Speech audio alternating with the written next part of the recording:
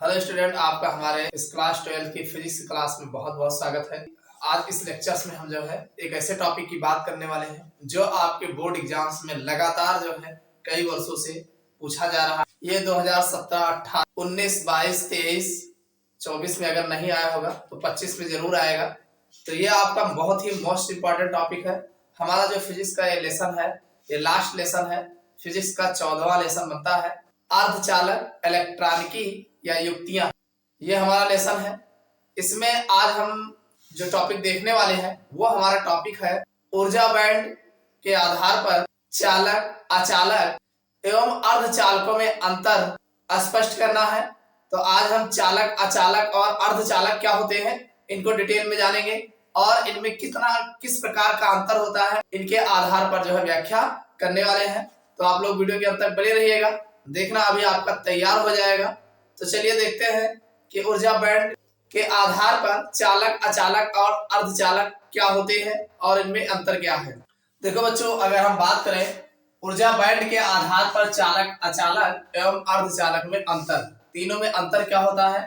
तो सबसे पहले अंतर जानने के लिए देखो, एक बार चालक को देखेंगे, एक बार अचालक को देखेंगे और फिर अर्धचालक को देखेंगे। सबसे पहले हम बात करेंगे कि चालक क्या होते हैं, कंडक्टर्स क्या होते हैं।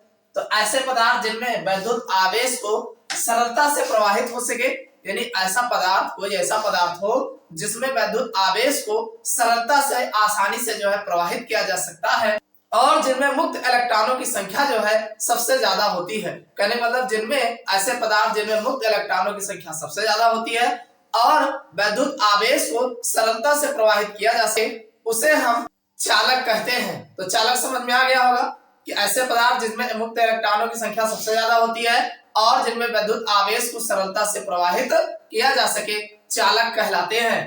जैसे अब इनमें एग्जाम्पल में सोना है, चांदी है, कॉपर है, एल्यूमिनियम है। इस तरीके से ये सारे पदार्थ जो होते हैं, मेटल्स जो होते हैं, ये सब चालक कहलाते हैं। इन चालकों का प्रतिरोध ताप गुणांक धनात्मक होता है, यानी इनका जो प्रतिरोध होता है ताप गुणांक धनात्मक होता है। अतः ताप के बढ़ने पर इनका विद्युत प्रतिरोध बढ़ता जाता है। जैसे जैसे ताप बढ़ाते जाते हैं इनका प्रतिरोध का मान भी बढ़ता जाता है, परंतु विद्युत चालकता कम होती है। यानी जब ताप बढ़ाओगे तो चालकता इसकी कम हो जाएगी और प्रतिरोध का मान बढ़ जाता है। तो समझ में आ गई बात। देखो, ये है संयोजी बैंड और यह है चालन बैंड और बीच में जो है गैप है। अगर इन गैप को देखा जाए तो चालन बैंड और संयोजी बैंड में अगर देखा जाए तो ऊर्जा अंतराल जो होता है वो 0.07 इलेक्ट्रॉन वोल्ट के लगभग बराबर होता है। तो इसीलिए इसमें जो है आसानी से जो है यहाँ अगर संयोजी बैंड और चालन बैंड के बीच अगर देखा जाए तो जैसे ही इलेक्ट्रिसिटी लगाते हैं तुरंत एक ओर से दूसरी ओर जो है पास हो जाता है। समझ में आ गई बात। तो ये है इनका चालक क्या होते हैं। अब अगला हम अचालक की बात कर लेते हैं, ये क्या होते हैं। देखो बच्चों, अगर हम बात करें अचालक क्या होते हैं, इंसुलेटर्स क्या होते हैं, जिसे आप नॉन कंडक्टर्स भी बोल सकते हैं। तो ऐसे पदार्थ जिनमें विद्युत आवेश को आसानी से प्रवाहित नहीं किया जा सकता, यानी कुल मिला के प्रवाहित ही नहीं होता है, लेकिन अगर मान लो करते भी हैं तो उसमें आसानी से विद्युत आवेश को प्रवाहित नहीं किया जा सकता तथा इनमें मुक्त इलेक्ट्रॉन नहीं पाए जाते। अब काहे नहीं किया जा सकता है, जब इसमें फ्री इलेक्ट्रॉन्स नहीं पाए जाएंगे तो कहां से आप धारा प्रवाहित करोगे। ऐसे पदार्थ जिनमें फ्री इलेक्ट्रॉन नहीं पाए जाते हैं तथा इनमें आसानी से धारा प्रवाहित नहीं होती है या नहीं प्रवाहित ही नहीं होती है, तो ऐसे पदार्थों को जो है अचालक कहा जाता है। ऐसे पदार्थ के बाह्य कक्ष के इलेक्ट्रॉन, यानी ऐसे पदार्थ जो होते हैं इनके जो बाह्य कक्ष में इलेक्ट्रॉन्स होते हैं वो नाभिक के साथ मजबूती के साथ बंधे रहते हैं।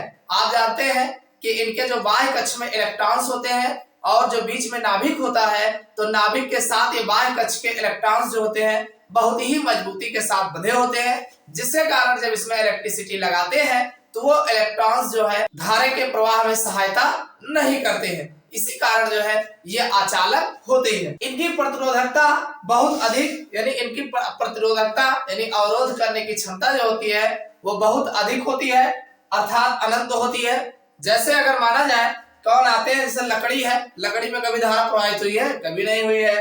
एबोनाइट है, कांच है, अभ्रक है, तो ये ऐसे पदार्थ होते हैं जो अचालक का काम करते हैं। समझ में आई बात। तो ये है इनका चालन बैंड और यह है संयोजी बैंड। इनके बीच में जो वर्जित ऊर्जा अंतराल है वो लगभग 3 इलेक्ट्रॉन वोल्ट से अधिक की होती है, जिसके कारण धारा जो है प्रवाहित नहीं होता। तो समझ में आ गया होगा कि अचालक किसे कहते हैं। अब हम देख लेते हैं कि अर्धचालक क्या होते हैं।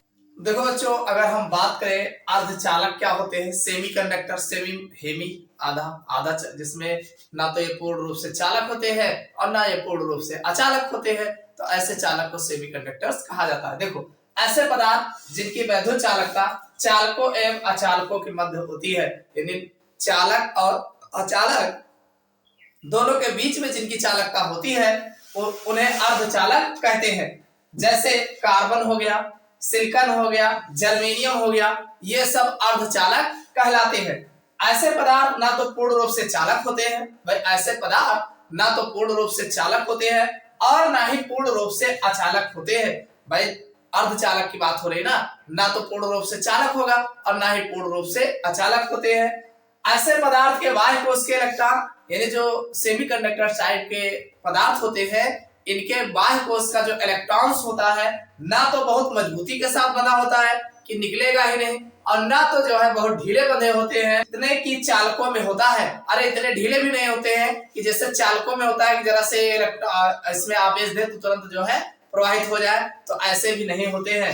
इनकी प्रतिरोध ताप गुणांक ऋणात्मक होता है, यानी इनका जो प्रतिरोध होता है वो ताप गुणांक ऋणात्मक होता है। इसका मतलब क्या हुआ कि अतः ताप बढ़ाने पर प्रतिरोध का मान घटता जाता है। जैसे जैसे ताप बढ़ाया जाता है वैसे वैसे प्रतिरोध का मान जो है घटता जाता है, मतलब ताप बढ़ाने पर जो है इनमें धारा प्रवाहित हो जाती है। आगे कहा गया किंतु इनकी वैद्युत चालकता ताप बढ़ने पर बढ़ती है। बताया नहीं आपसे कि जैसे जैसे इनका ताप बढ़ाया जाता है वैसे वैसे इनकी विद्युत प्रतिरोधकता जो है यानी वैद्युत चालकता जो है ताप बढ़ाने पर बढ़ती जाती है और ताप घटाने पर घटती जाती है।